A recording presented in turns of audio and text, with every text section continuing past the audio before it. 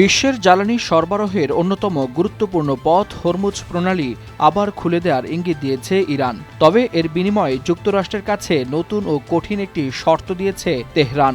দীর্ঘদিনের উত্তেজনা ও অবরোধের পর কৌশলগত এই প্রণালী খুলে দিতে প্রস্তুতির কথা জানালেও এর সঙ্গে একটি গুরুত্বপূর্ণ শর্ত জুড়ে দিয়েছে দেশটি।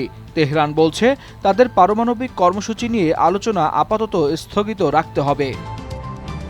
মার্কিন সংবাদ মাধ্যমের তথ্য অনুযায়ী মধ্যপ্রাচ্যে যুদ্ধবিরতির অংশ হিসেবেই এই প্রস্তাব ওয়াশিংটনের কাছে পাঠানো হয়েছে। পাকিস্তানি মধ্যস্থতাকারীদের মাধ্যমে যুক্তরাষ্ট্রের কাছে পৌঁছানো এই প্রস্তাব এখন হোয়াইট হাউসে গুরুত্ব দিয়ে বিবেচনা করা হচ্ছে। বিশ্বের তেল ও গ্যাস সরবরাহের বড় অংশ নির্ভর করে এই হরমুজ প্রণালীর উপর। চলমান উত্তেজনায় এটি কার্যত অচল হয়ে পড়ায় বৈশ্বিক জ্বালানি বাজারে অস্থিরতা তৈরি হয়েছে। তবে বিশ্লেষকরা বলছেন তেহরানের দেয়া এই শর্ত মেনে নিলে ইরানের উপর চাপ কমে যেতে পারে, ফলে তাদের পারমাণবিক কার্যক্রম নিয়ন্ত্রণ করা বেশ কঠিন হয়ে পড়বে।